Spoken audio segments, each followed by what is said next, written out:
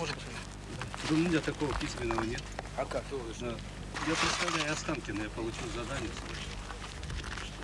Ну, Какой пока не допускать никого. А? These pictures of a severe oil spill in the far north of Russia should have raised the alarm about a potential environmental disaster.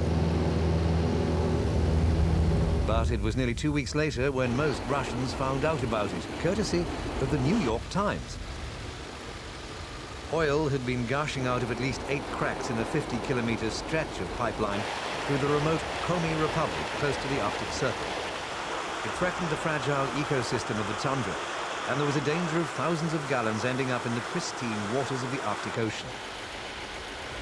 A dam holding back leaked oil had apparently burst in heavy rains, according to official Russian sources.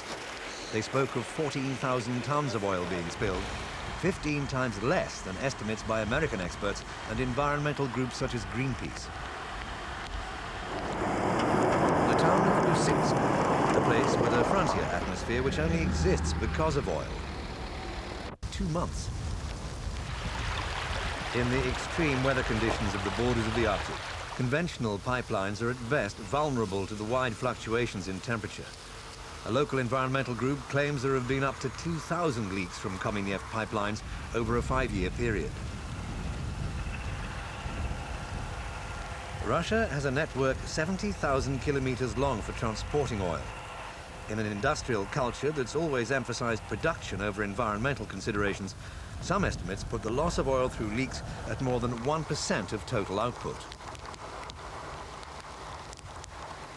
Managers traditionally prefer to keep pumping oil rather than close down faulty equipment, and repair methods aren't always the last word in sophistication. In Komi, a worker uses a high-pressure hose to disperse oil from a polluted river.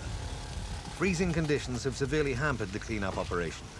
Often the best that can be done is to move solidified blocks of oil towards points where they can be picked up by tanker lorries. That is, if the area is accessible by road. As the temperature has dropped, many environmentalists have come to fear that thousands of tons may now freeze under snow and ice, and then cause another catastrophe when it thaws in the spring. As experts survey the damage, more drastic measures are also being taken to get rid of the leaking oil. It's being burnt off along the banks of several rivers in the Komi region, and there's no sign of the operation ending.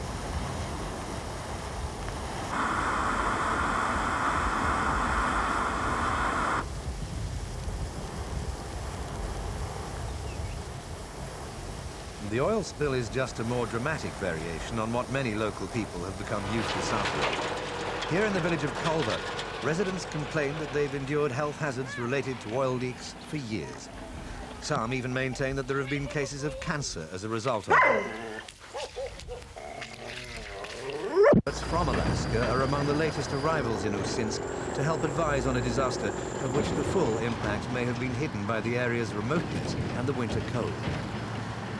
A Russian government commission